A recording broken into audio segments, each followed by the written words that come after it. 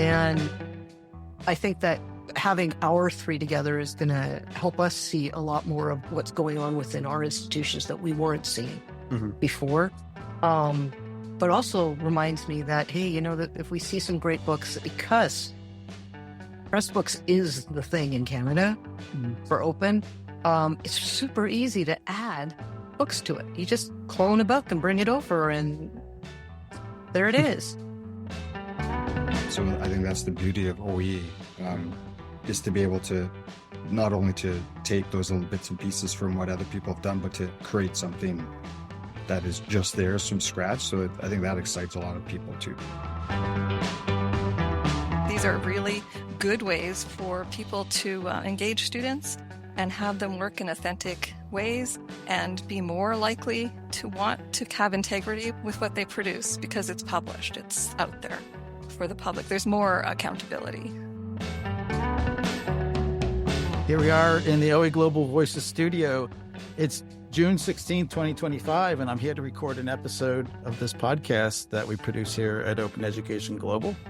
Each episode, we share with you conversation style, people, practices, and ideas from open educators around the world. And I'm your host, editor, and button clicker, Alan Levine. And today around the world, we're going to where I live in Saskatchewan. I started a series, well, I only did one before, to look at open education in a geographical region. So a couple of years ago, I talked to some colleagues that I knew from where I lived before in Arizona. And the news that we're going to hear about today of what Saskatchewan is doing, to me, made it idea to share, how a region is coming together around open education. So, of course, Saskatchewan, on the license plate, it's the land of living skies. And I think the people here know what our skies mean. It's such a sort of a great metaphor for open. And we're going to hear about sort of two universities and Sask Polytech coming together to sort of collaborate on open education.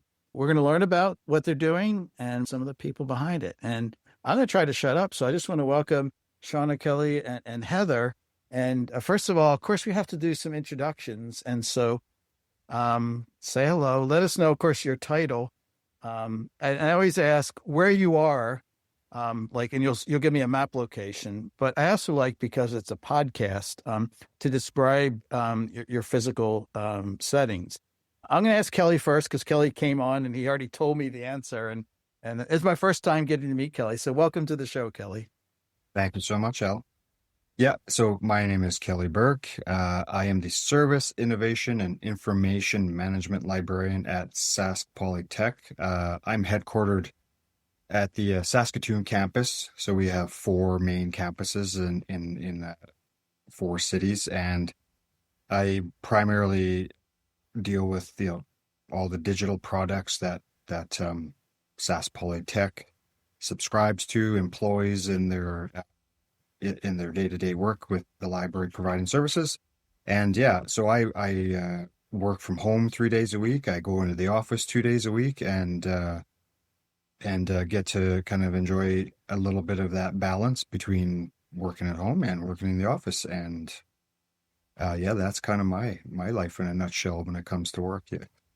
That's great. And we'll certainly hear more about that. I'm going to flip it to, I guess, my neighbor, Shauna Niessen, who's over in Regina, just a bit that way over my shoulder. Welcome to the show, Shauna. Thank you, Alan. I'm Shauna Niessen. I work as the Open Education and Publishing Program Manager at the University of Regina. Our program is housed in the Center for Teaching and Learning. I know that that's the case for some programs. A lot of programs are housed in libraries, but not this one. I'm sitting in the North American continent, in the nation of Canada, province of Saskatchewan, city of Regina, at the University of Regina, which is located in Treaty 4, the traditional lands of the Naewak, Anishinaabeg, Dakota, Lakota, and Dakota First Nations, and homeland of the Métis-Michif Nation. I'm going to talk about the location a little bit, if that's okay. The geological area is a landlocked flatlands with surprising areas within 2 hours, such as the Buttes, which are glacial hills formed by those melting and thrusting and folding the land.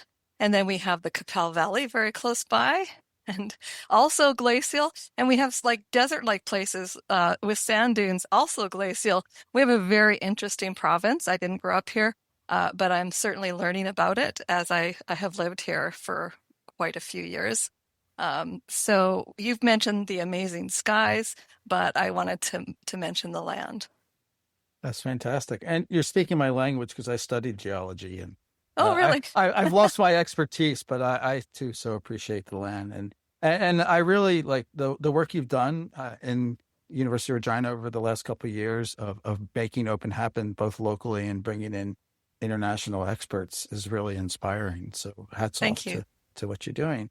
And now I'm going to flip over. I made you go last, Heather. Heather and I we know each other so long we didn't know when it happened, but welcome, Heather. Thanks. I know that we have known each other at least since 2005. So at least 20 years. Yeah. Because I got the name from my blog to name it after my dogs because you had called yours Cov Dog. So my name is Heather Ross, and I'm an educational development specialist at the Gwenema Center for Teaching and Learning at the University of Saskatchewan, which is in Saskatoon. Before I worked here, I actually worked at what is now Sask Poly and worked with Kelly many ages ago. So we go back a ways too. I lead most of the open work, OER and open pedagogy work, and funding for such projects. But it's only a piece of my job. It's not all open. I deal with advising faculty on all aspects of course design and development. In Saskatoon, Kelly, you didn't talk it up enough. We have the fabulous South Saskatchewan River that runs right through the middle of the city. Coming up just next month is probably one of the, if not the biggest event that happens in Saskatoon, and it's the Saskatchewan Jazz Festival, which is always great to take in. And for those who aren't from anywhere near here, you hear about our winters, and they're pretty awful, but our summers are gorgeous. I know it is. I'm just inside, and I was looking every day. It's like new flowers coming up, and it's a beautiful landscape. I just love being here. So let's also just a little more about yourself. I'm just always curious, like, where did you spend your childhood years, and what did you think of school as a kid? What was your educational experience like, Kelly? Yeah, I was born and raised in Saskatoon. I mean, I have gone abroad here and there, but I ended up back here right out of library school and got my first job as a librarian at Sask Polytech. So I've been here for 16 years now. And yeah, growing up in Saskatoon and my school experience in Saskatoon, I would imagine was fairly typical. A lot of stand and deliver type of education, right? Getting talked at a lot. Textbooks in the room, and so you'd go over to the shelf and you'd grab the beat up old textbook that was probably 10 years old and had been used by hundreds of other students before you. And I thought it was a great experience. I went to Victoria School in Saskatoon, which was one of the first schools in Saskatoon. So it had a legacy attached to it, and it was a great school to go to. It became a bilingual school, and now I think it's a purely French immersion school. So it's gone through some changes. But yeah, I had a great experience. And then I went to high school, was another experience. I went to Newtana Collegiate Institute, and it was, again, one of the first high schools in Saskatoon up on the hill. They used to refer to it as a little bit of a, had some, I guess, elitist kind of overtones to it for all intents and purposes, for lack of a better way to phrase it. But it's since changed the way, they format things. And so I am at the age where we didn't have computers. We didn't have the digital technology that the kids nowadays have. I remember taking a typing course in high school. And that was like the pinnacle of technology there, although there were computers starting to come into the school. And growing up, my best friend had an Apple IIc, and that's where I got my hands on the digital technology. Or if people remember the VIC-20, I had one of those at home and played Jupiter's Landing a lot. So That dates me quite well right there. Yeah. Yeah, that's great. And I bet you had like inspiring teachers. Like that's, education. Yeah. That's what it's all about. Yeah, for sure. Yeah. Yeah. All right, Shauna, you mentioned being from somewhere else. Now we get to find out where you're from, right? Yes, I grew up in a northern Albertan community on a farm outside of the town of Beaver Lodge. It's in Treaty 8. In fact, one of the keynote speakers at OEGlobal 2024, Darian Latendre, went to the same high school as me. Wow. It is a beautiful area of the world. It's weird because you go north from Edmonton up, 5 hours, and it's all forest, and then suddenly it opens up to prairie, and it's all farming. But on the horizon is the Rocky Mountains and the foothills, and so entertainment for us in the winter was snowmobiling on the trap lines in the forest and in the foothills, and staying in a trapper's cabin. And in the summer, it was like beyond farming, it was swimming in the rivers, and like a lot of hiking in the foothills and picking blueberries. It was a beautiful area of the world. So I enjoyed the entertainment more than I did school. I'm going to say it right up front, I'm neurodiverse. And so I think I didn't understand what school was about until I hit post-secondary. And then I went, whoa, there's stuff to learn. That's what we're supposed to be doing here. So like just for an example, we had standardized testing, and I thought it was a game to make design of the dots. So, Why I not? must have hit the right answer once in a while because I got through school. And my name is spelled funny. It's UANA, spelled like that. So all my scribblers had red circles. You're spelling your name wrong.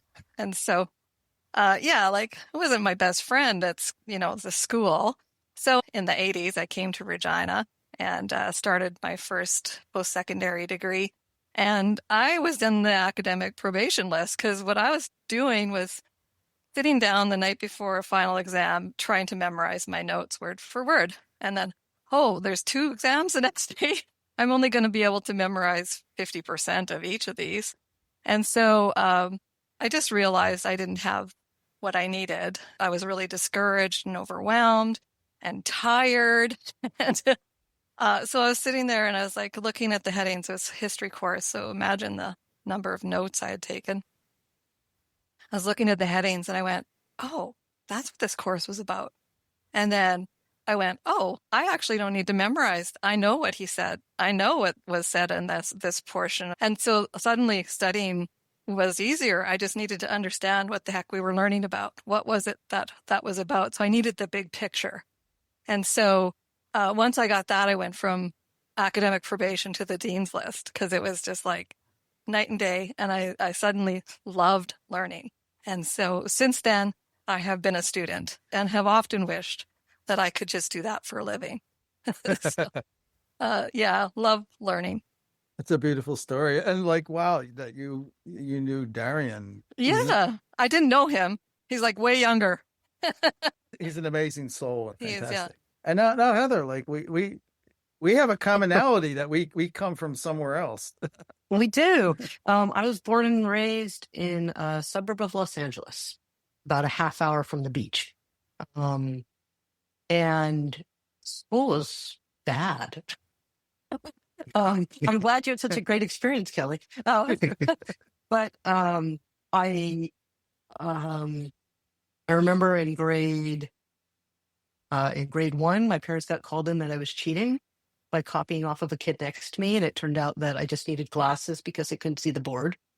And in grade 3, I was diagnosed with a learning disability, then told that you're never going to be particularly good in math or this. So I just took that to heart and never really put any effort into math.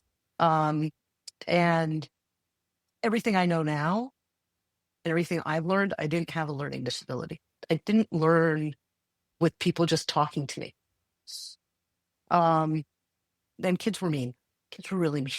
So it was a small community. My dad was on the board of education. In elementary school, my mom was one of the playground supervisors. So if she got some kid in trouble, usually I ended up seeing that kid later at some point. We lived next door to the elementary school principal. That was the kind of, elementary experience. High school, I didn't really care about school. I did enough to not fail and not get in trouble. And then something that we have in places in the US that is really missing, particularly in Saskatchewan, I think, community colleges, where you could do your first 2 years of university before you transfer to the 4-year and finished. So you could take care of all those classes that maybe you didn't take in high school because they had not told you what you really needed to, or you hadn't decided what you wanted to do. You could make up all of that. So I spent 4 years at a 2-year school. 4 years? 5 years. 5 years at a 2-year school, taking everything.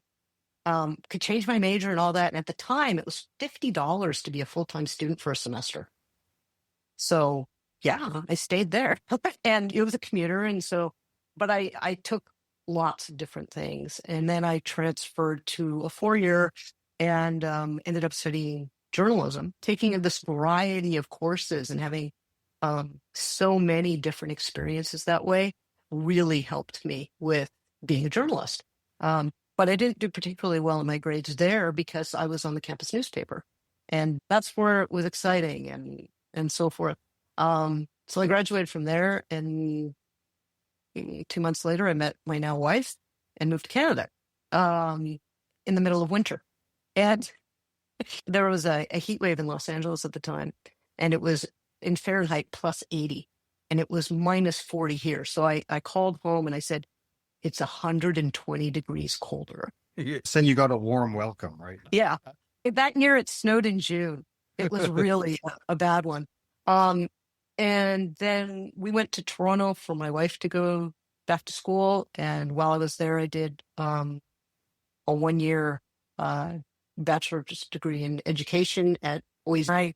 That was a bizarre experience for me because I got like all high grades, and that had never happened for me.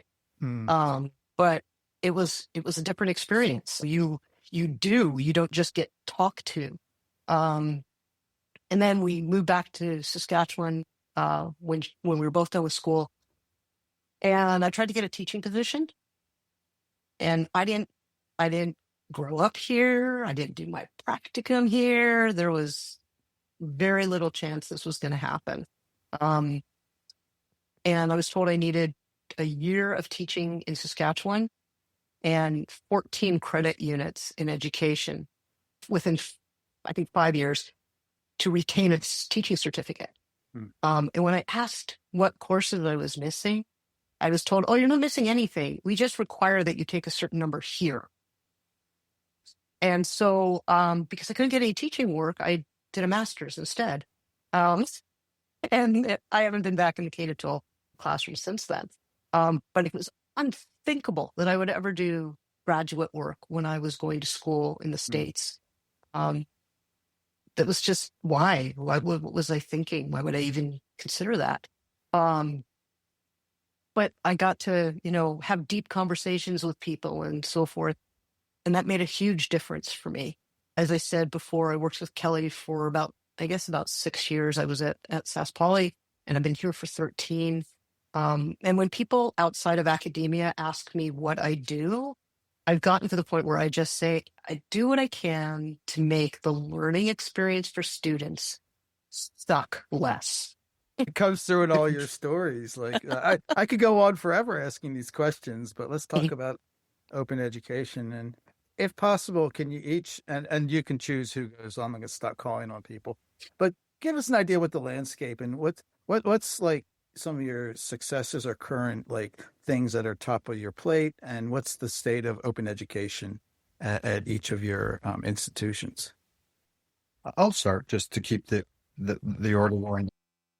So the open education has kind of gotten off to a bit of a slow start, I'd like to say, and maybe that's not fair, but that's the way I perceive it at Sask Polytech, mainly because getting the word out and getting buy-in from faculty is not always easy. Like 2-3 years ago, a very few people kind of understood what it was and wanted to really get involved. So it's been a process of awareness building that awareness and then building that capacity. So we got Pressbooks probably about that time, about 2-3 years, maybe a little bit longer.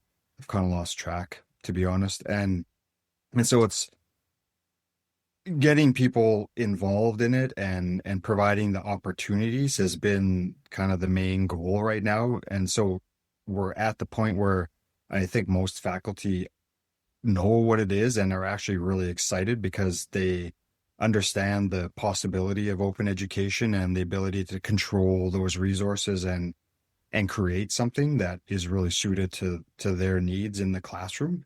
And just the nature of open education and being able to kind of be a part of the larger community. And I think that really does take a lot of the burden off in a certain manner. And so we're at the point now where we don't have quite as big a collection as maybe the U of R or the U of S, but it's starting to build momentum. People are really wanting to get involved. And so I get a lot of emails like, sign me up. I want an account. I want to start building. I want to start creating.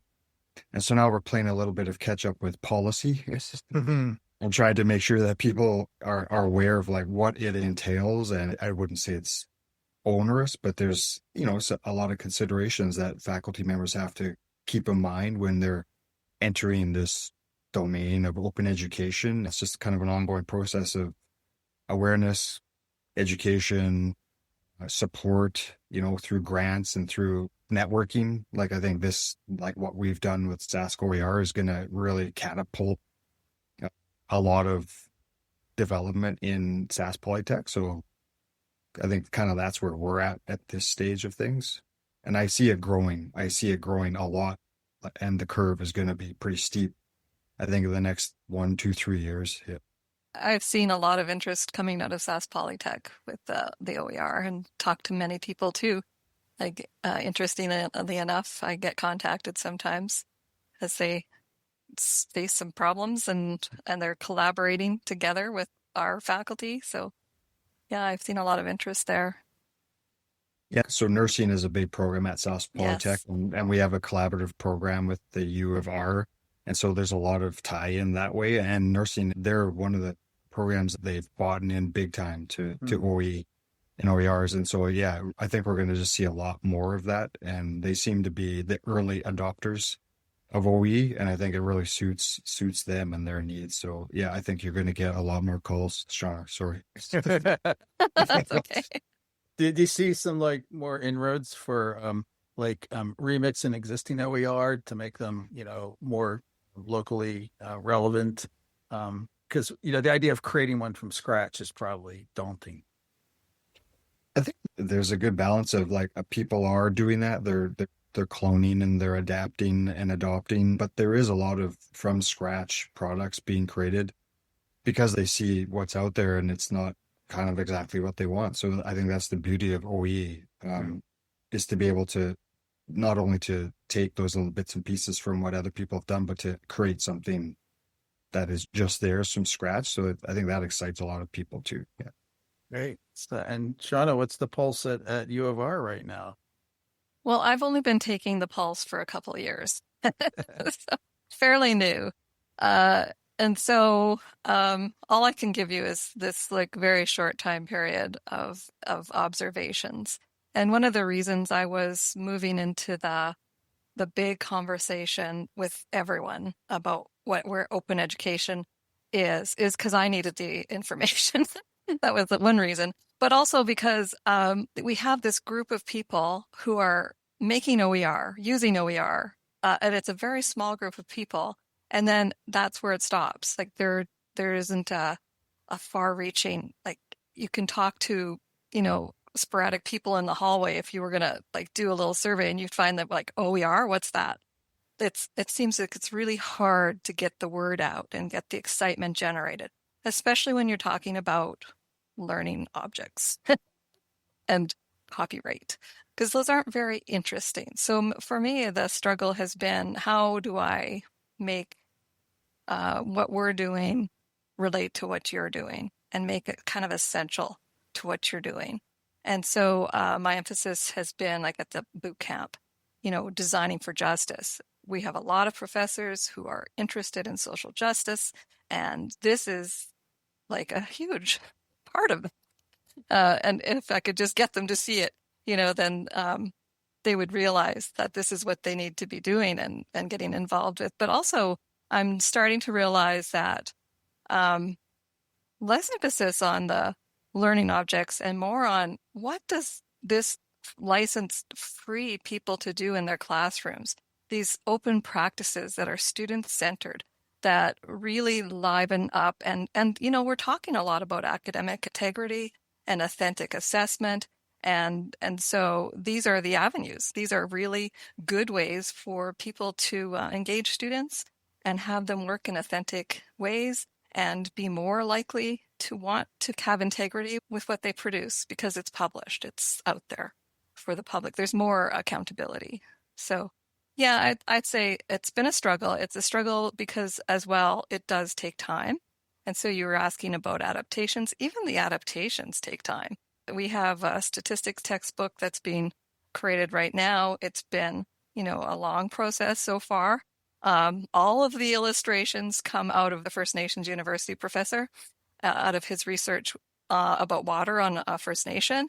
And so his students are going to be really engaged because, what's statistics unless it's relevant to the issues in your life? Well, this has been a long process, even getting a mixed, or not just a mix, but an adaptation suitable for publication. So yeah, it's a lot of work. And we're asking people to do that off the side of their desk.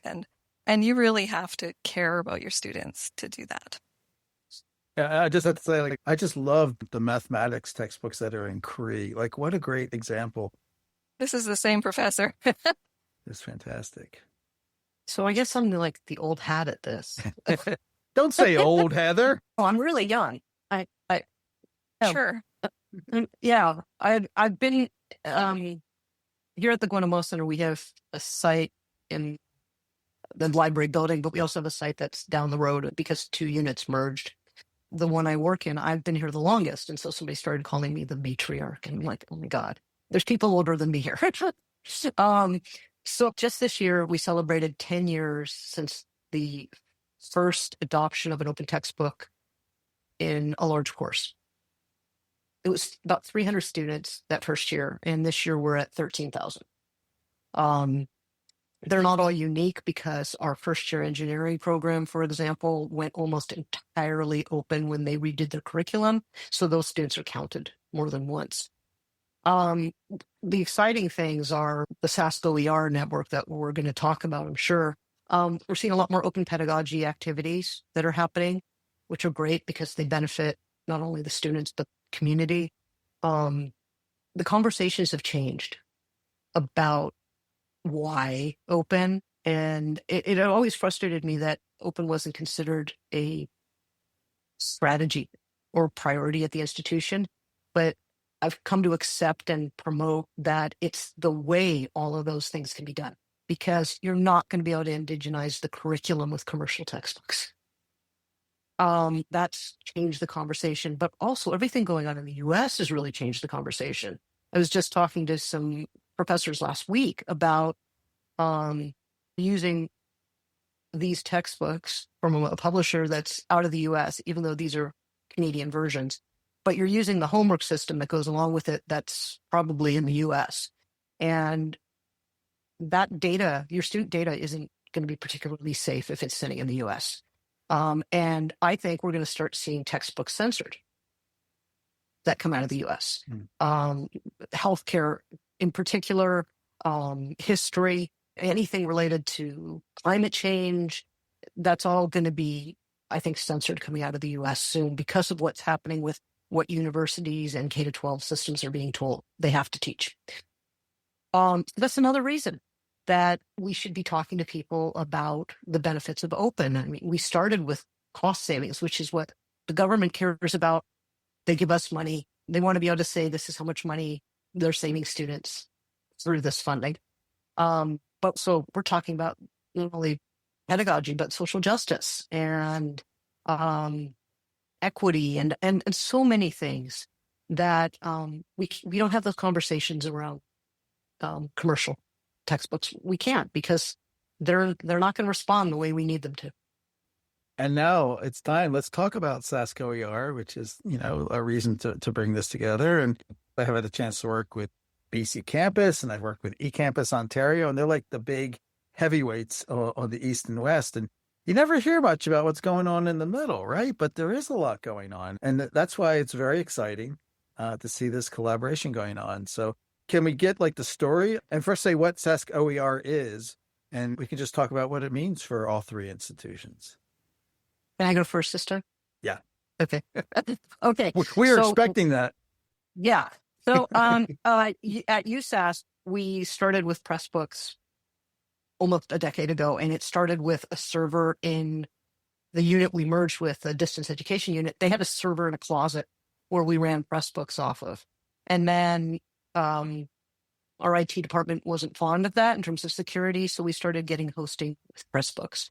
And then later, the U of R did that, and Sask Poly did that. It was just so ridiculous that we had 3 different ones in the province, and we didn't really know what everybody was working on. So we started some conversations about, hey, how do we get this to be one, but still protect the identities of the individual institutions? And I think that's what SaskOER has done. It's a single instance of Pressbooks being hosted by Pressbooks in Montreal, where all of our open textbooks are. You can still go in and search by an institution, or you could search or browse the entire catalog. But it's not just a site, because we've come together as a consortium to make decisions about the site, but also to talk about open in the province. And having the site where it's not individual institutions is also opening the door to regional colleges getting involved with open. And my hope is eventually K-12 as well, getting involved with open. And now we have this provincial repository that we can all be making use of. And I know, like, there's BC Campus and there's eCampus Ontario and Campus Manitoba and whatever the Atlantic provinces are doing. But we've been given the money, and I think each of us have done different things with it that we couldn't do if all the grants were run out of a single body. And I prefer this because I think we can cause more trouble this way. Like more of that good trouble where, yeah, you know what? I think this would be an excellent use of some open funding. It's not a textbook, but it's going to help spread open into these departments. And we can make those decisions, and we can make them much quicker than we could if we were just applying for grants to a bigger group. But I think this consortium that, there's a government representative on, but it's really the voices of, and not administrators, it's the voices of those of us who work every day with instructors around open. So we're seeing the realities of what's going on. So I think this is a good way of doing it. Absolutely. And the voices that are here, right? Yes, these are the voices and others from our institutions. I'd agree with Heather. It's kind of feels a little more grassroots, even though you have a ministry official kind of heading the meetings and kind of driving the agenda, so to speak. But during the process of bringing all this together, I always felt like the 3 institutions had a lot of pull and a lot of say in everything that was going on. And I never felt like we were being overpowered by the ministry. I think they were really respectful of that, of what Heather was just mentioning. Like, we're 3 distinct institutions, but bringing this all together, I think definitely expands the portfolio of OE, kind of not maybe exponentially, but it does, I think, bring a lot of visibility to it in a way that each of us on our own wouldn't be able to provide. I see, I mean, future challenges, I actually see having too much going on, perhaps, right? I think it'll get to a point where there's going to be a lot of people wanting to get their fingers into OE and developing OE. And so I think that'll be a good problem, but that's the hope, right? To have a lot of people involved with it, that it'll transfer into the classroom and be more of a natural kind of organic way of implementing and inserting OE into classrooms.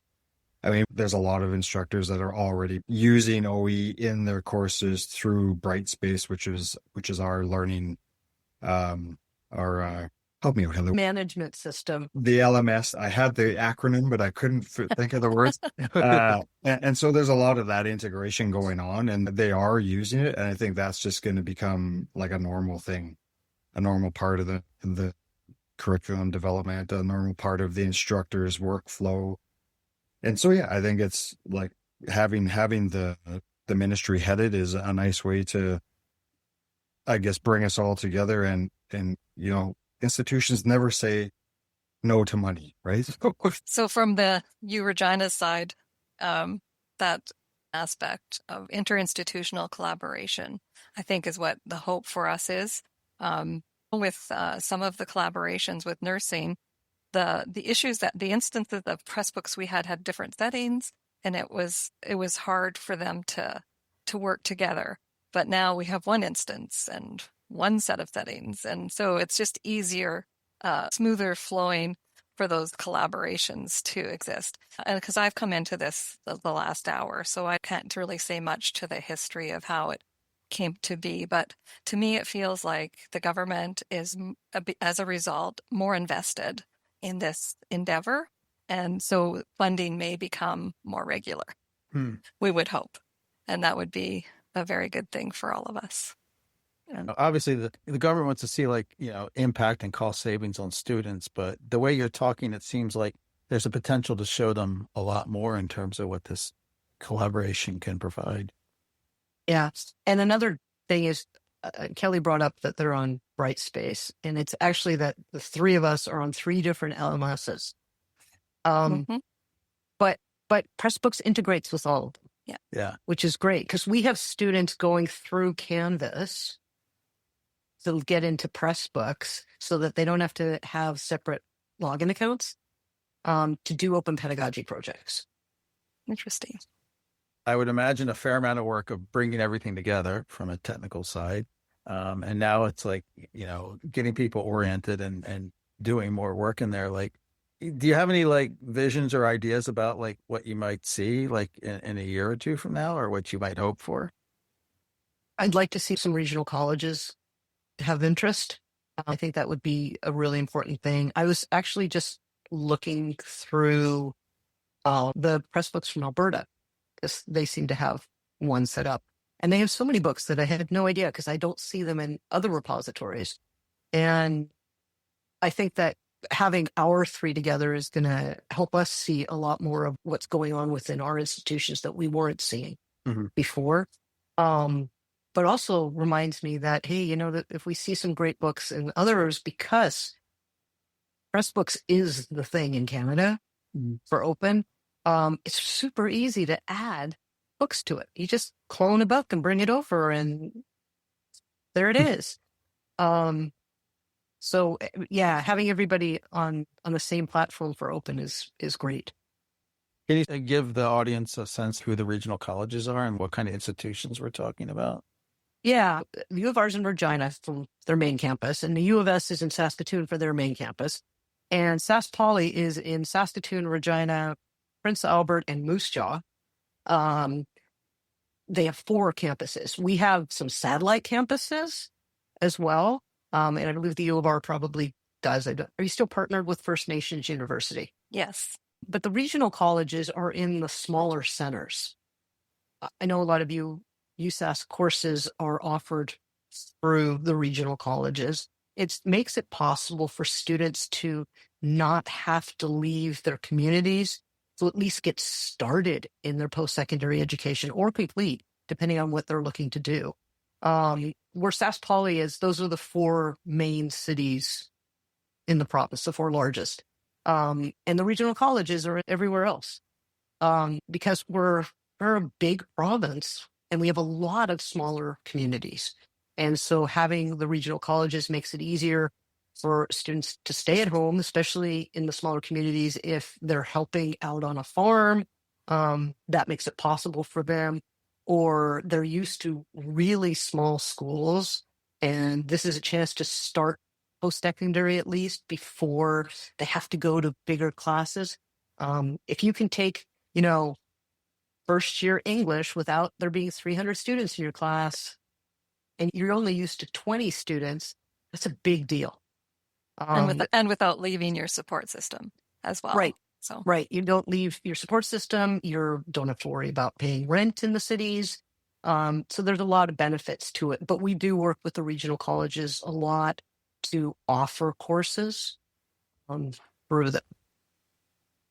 Yeah, I think there's a lot of potential too for the regional colleges. Like logistically, supporting a regional college with access to resources can be like, if you have to send textbooks or through interlibrary loans, you're sending physical items. I mean, there's a little bit of work and a lot of money actually probably involved in that. So maybe getting away from, and as a librarian, I should never say this, physical books and items might help mitigate those issues, just logistically supporting those regional colleges when you have to send physical items there. So more open educational resources will, I think, help them actually maybe feel more integrated with those bigger centers. And I could see that happening a lot. So, I mean, being a little more inclusive with those, with what I like to say, the smaller centers, I think that's definitely a lot of potential there too, which I think can only help the cause with open education. So, And it's not fair that the students at the larger institutions are saving all this money on their learning materials, and the students at the regional colleges might not be. They might be spending a lot more on books. Yeah, for sure. And there's the aspect of up in the north, the internet to stability. And so with a Pressbook, you can read it in HTML. That's pretty easy with low connectivity instead of having to download a PDF. More accessible. And if you don't have a good connection at home, you can print an open textbook. That's true. And just use the print version of it. Yeah, that tends to get overlooked quite a bit, but it's definitely something that works. We heard some mention of open pedagogy projects. Can you just give us a sample of specific ones that you're, proud of or you think make a good case for what open pedagogy means? Like what subject areas and what are the students doing in these projects? For us, we've had brochures created from our nutrition students for local communities. But the resources that if they want the files, they can modify them for their local needs. We've had several books that were either created by or adapted by graduate students in our College of Education, with one professor in particular, but she's done this 3 times with books. This most recent time they created online games around digital literacy and AI. Websites have been created by students in our Women and Gender Studies course. There are students in vet med who are creating resources to be used in the North. They can be used by community members for how to help children understand how they should behave around wild dogs in the North. Wow. And so safety materials and stuff. Those are the types of things that are going on, and it's great to see it spreading, like OER, spreading to so many different colleges on campus. I like seeing that you're like rolling through this index because there's a lot. There is, yeah. And at Sask Polytech, like I'm probably not the best person to speak to this particular question, but I'd imagine there's a lot going on. There's a colleague of mine who mainly deals with the faculty hands-on, helping them with these types of projects and dealing with grants and whatnot. If there isn't, and I'm sure there is, it's not far away for us to be in the same boat as the U of S and the U of R in terms of pedagogy projects and what they're publishing in that vein. So, yeah, you'll be influenced. Yeah. What about U of R, Shauna? We have a couple of edited books with Raymond Blake's history courses edited by a combination of grad and undergrad students, which has proven to be quite interesting. We have a project by J. Wallace Skelton with a course to create resources that are made in Saskatchewan to support 2S LGBTQIA+ students. because I believe those have been taken down from the provincial. We had a Sask assessment website that was created by students interviewing Saskatchewan teachers to find out how they apply assessment in their courses. We're adjudicating one right now. I can't mention it. It's pretty exciting. So we do have some more coming. And we had a Wikipedia one done, editing Wikipedia. It was a very good learning experience, according to the professor. That's great. And anything else the world should know about SaskOER? Why should they go check the SaskOER site out? We have quite a big catalog. I think we're doing some great stuff. And I think that we're often overlooked. So go check it out, because there's great work being done by instructors and students. As I was saying before, Saskatchewan people are a little understated, but we're very proud of the province and the work we're doing. So I think that's something to tell a little bit. This is a big step for, I think, all the institutions in OE. So we should be proud of that work, I think. Yeah. Yeah. I think at the early days, as like we've just got this Pressbooks catalog together and published, we're going to continue to meet. And I think there will be things that grow out of those meetings, because that's what happens when you collaborate. Yeah. Shauna, I just shared a resource for you in the chat, and I'd like to get the link back to, if possible, for the one on Two-Spirit LGBTQ plus students, because we've both had open pedagogy projects around this. Oh, good. Okay. Yeah. Well, see, this is what we're supposed to find out through this collaboration. Collaboration in real time. Yeah. Right. As I was saying, that this is just fantastic. I really appreciate you're coming together. I'll drop just a seed because, well, I have to, but we run this awards program through our organization.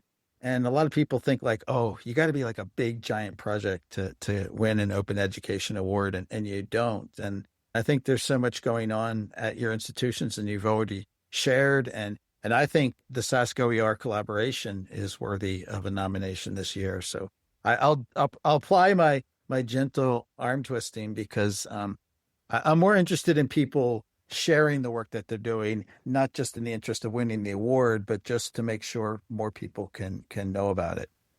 So you'll hear from me. I like to close with a different question, going back to how we started.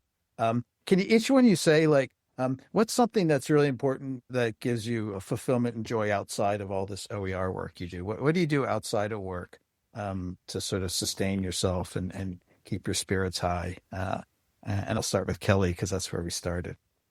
So I just spent a weekend with some friends up at a cabin at Emma Lake, which is just north of Prince Albert. And so while I didn't mention in my opening statements the geological environment in which we live, it's a beautiful place. It's my happy place. It's where I go to recharge and just get away and enjoy the quiet lakeland. So yeah, that's kind of what I do. I like going up there, and my parents have owned this cabin since 1965. I just recently took it off their hands, and so it's my job to keep the legacy going, and I'll be spending a lot more time up there, I think. Yep. That's beautiful. You always hear in Saskatchewan people say, "Oh yeah, we got a cabin," and we go up there. And Shuana, like, what do you like to do? What keeps your spirits high outside of work?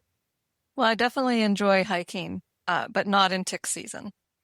So that limits me. So once the ticks are dead, and before the ticks are alive, I spend a lot of time in like just the trails here. We have a lot of trails. And the rest of the time, because 8 to 9 months of the year we have snow, I'm a reader. I love reading. And right now, Kristen Hanna is one of my favorite authors. I don't know if you've read any of her, but she likes to, it's a historical fiction she writes. And she finds women heroes of the past to develop her fiction around. So, all right. Kelly, you mentioned going to the lake. And when I first moved to Saskatchewan, I kept hearing everybody was going to the lake. And I finally asked my wife, how big is this lake? And then she explained to me it's actually a lot of lakes. That's just how we say it. For me, currently, I'm revising a novel that I finished the first draft of just a few weeks ago. I have a podcast of my own. And otherwise, I really enjoy spending time with my family.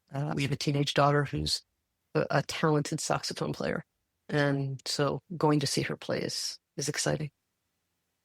I appreciate you being willing to share this, because we learn things from each other in knowing what we do. And again, it's just such a great, exciting opportunity for Saskatchewan. And we'll be looking to see what else comes out of this, and we'll be watching it closely. And thank you, Kelly, Shuana, and Heather, for being here. And thank you, the folks who are listening to this episode, this podcast we do at Open Education Global.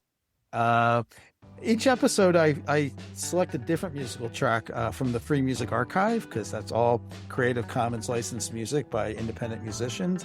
And I found a track called Prairie Mountain by Ryan Anderson, and it's licensed under a Creative Commons Attribution Non-Commercial License.